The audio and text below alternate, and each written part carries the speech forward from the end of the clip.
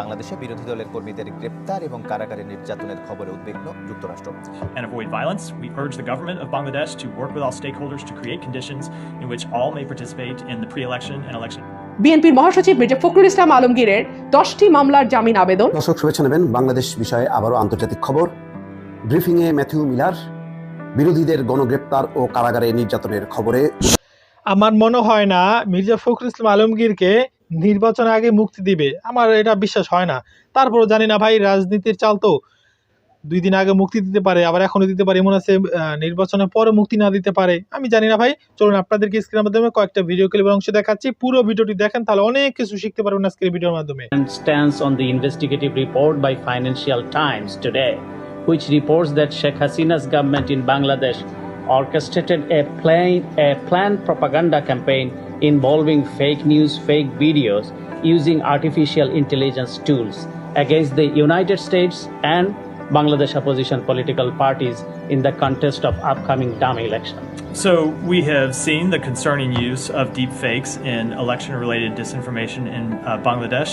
It's part of a worrying trend around the globe of using AI to manipulate and influence democratic processes.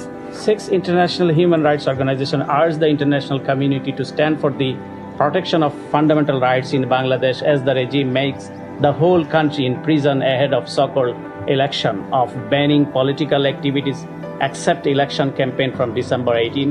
On the other hand, Bangladesh Foreign Minister Momen and his deputy claimed that they were also able to manage United States. After forming the government, he mentioned that the US will support the government.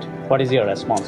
So we are deeply concerned by the reports of mass arrests of thousands of opposition members and reports of torture in prison. We urge all sides to exercise restraint and avoid violence. We urge the government of Bangladesh to work with all stakeholders to create conditions in which all may participate in the pre-election and election environment freely, without fear of violence or retribution. It is our belief that a healthy democracy benefits from a variety of voices speaking freely, engaged in dialogue and discussion, and an exchange about the issues of the day. On Sri Lanka, in a bipartisan resolution of the Senate Foreign Relations Committee, urged the government of Sri Lanka to listen to and respect the rights of the Sri Lankan people by addressing corruption, ensuring justice for human rights abuse, and holding free, fair, local and provincial elections without further delay. What is your comment? So we always support accountability for corruption and, of course, the holding of free and fair elections. Go ahead. Yeah. Pakistani Army chief is in Washington. বাংলাদেশে বিরোধী দলের কর্মীদের গ্রেপ্তার এবং কারাগারে নির্যাতনের খবরে উদ্বিগ্ন যুক্তরাষ্ট্র।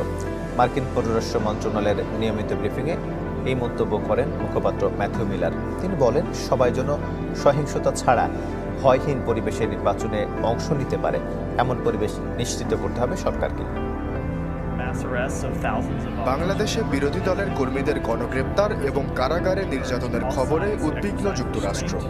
সকল পক্ষকে সহিংসতা এড়ানোর আহ্বান জানায়। সরকারকে এমন পরিবেশ নিশ্চিত করতে হবে যেন সবাই সহিংসতা ছাড়া ভয়হীন পরিবেশে নির্বাচনে অংশ নিতে পারে। কৃত্রিম বুদ্ধিমত্তার ব্যবহারে নির্বাচন সংক্রান্ত ভুয়া তথ্য ছড়ানোর ব্যাপারটি লক্ষ্য করেছি আমরা। গোটা বিশ্বেই গণতান্ত্রিক প্রক্রিয়াকে বাধাগ্রস্ত ও প্রভাবিত করতে এআই এর ব্যবহার উদ্বেগজনক পর্যায়ে পৌঁছেছে। না হবে শিক্ষাক্রম নিয়ে, সেখানেও কেন সরকার এত ভীত? আমার প্রশ্ন, একজন নাগরিক হিসেবে এবং একজন রাজনৈতিক কর্মী হিসেবে, যদি আলোচনা সভাটি আগামীর নির্বাচন এবং রাজনৈতিক অস্থিতিশীলতা নিয়েও হতো, তারপরেও কি ন্যূনতম গণতান্ত্রিক যদি দেশ হয়ে থাকে, সেই দেশে যদি বাক স্বাধীনতা থেকে থাকে, কথা বলবার মত প্রকাশের স্বাধীনতা থেকে থাকে, তাহলে তো নির্বাচন বা রাজনৈতিক টালমাটাল পরিস্থিতি নিয়ে আলোচনা চলতেই পারে। সেই আলোচনাও তো বন্ধ করার কথা না। সেখানে একটি শিক্ষাক্রম নিয়ে আলোচনা, সেটাও বন্ধ করে দিল সরকার। শেষ যে খবরটির দিকে আপনাদের দৃষ্টি ফেরাবো, সেটি হচ্ছে বিএনপির মহাসচিব মির্জা ফখরুল ইসলাম আলমগীরের 10টি মামলার জামিন আবেদন নামঞ্জুর করেছে নিম্ন আদালত। তারা বলেছে হাইকোর্টে যেতে হবে, যেহেতু ওই 10টি মামলায় তাকে গ্রেপ্তার দেখানো হয়নি, সেহেতু নাকি জামিন দেবার কোনো এখতিয়ার নিম্ন আদালতের নাই। আমি বিরাট কোনো আইনজীবী না, আইনের বিরাট কোনো পণ্ডিত না, তবে আমার যে সাধারণ জ্ঞান আছে আইনে, তাতে আমি এটুকু অন্তত জানি যে অ্যান্টিসিপেটরি বেইল যদি হাইকোর্টে চাইতে হয়, ওনাকে সশরীরে সেখানে উপস্থিত থাকতে হবে।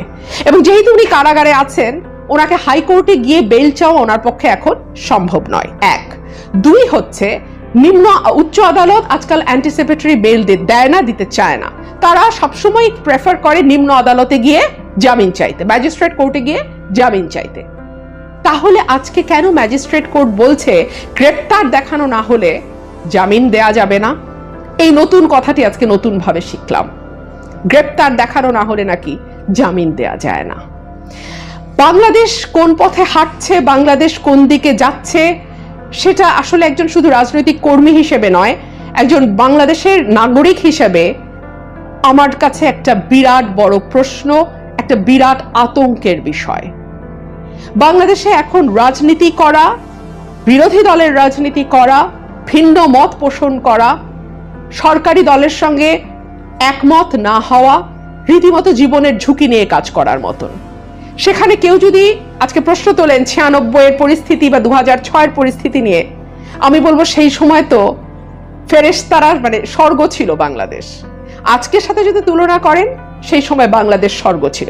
এমনকি অনেকে এই কথাও বলেন যে এমনকি এরশাদকে আমরা স্বৈরাচার বলি। 80-র দশকের সাথে যদি আজকের বাংলাদেশের রাজনীতির সময় তুলনা করা হয়, সেই সময়টাকে অনেকে বেহেশতের সঙ্গে তুলনা করতে রাজি। আপনারা পুরো ভিডিও ক্লিপটি দেখলেন। পুরো ভিডিও জুড়ে আপনাদের কি মতামত কমেন্ট বক্সে লিখে জানাতে পারেন। মির্জা ফখরুল ইসলাম আলমগীরকে গত কয়েক মাস আগে গ্রেফতার করা হয়েছে। গ্রেফতার করার পরে তার নামে অভিযোগ হয়েছে, মামলা হয়েছে। আর সেই মামলা কি মামলা? যে তিনি নাকি প্রধান যে বিচারক আছে সেই বিচারকের বাড়িতে হামলা করতে গিয়েছিলেন, বা তিনি হামলা করা মানে তার বা তার অনুসারীদেরকে হামলা করতে বলা একই কথা।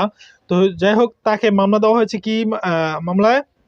যে তিনি নাকি প্রধান বিচারকের বাড়িতে মানে হামলা করতে গেছে, এরকম একটা। তো যাই হোক ভাই, রাজনীতি চাল তো ভাই, কারে কোনটা দিয়ে আটকাবে সেটা আমাদের মতো হুজুর আমরা আসি এক লাইনে, তারা আছে অন্য লাইন, ঠিক আছে? তো যাক ভাই, এই সমস্ত বিষয়ে আমি কোনো কথা বলতে চাই না। আপনাদের মতামত থাকলে কমেন্ট বক্সে লিখবেন। ভিডিওটি সর্বোচ্চ শেয়ার করবেন। আল্লাহ হাফেজ।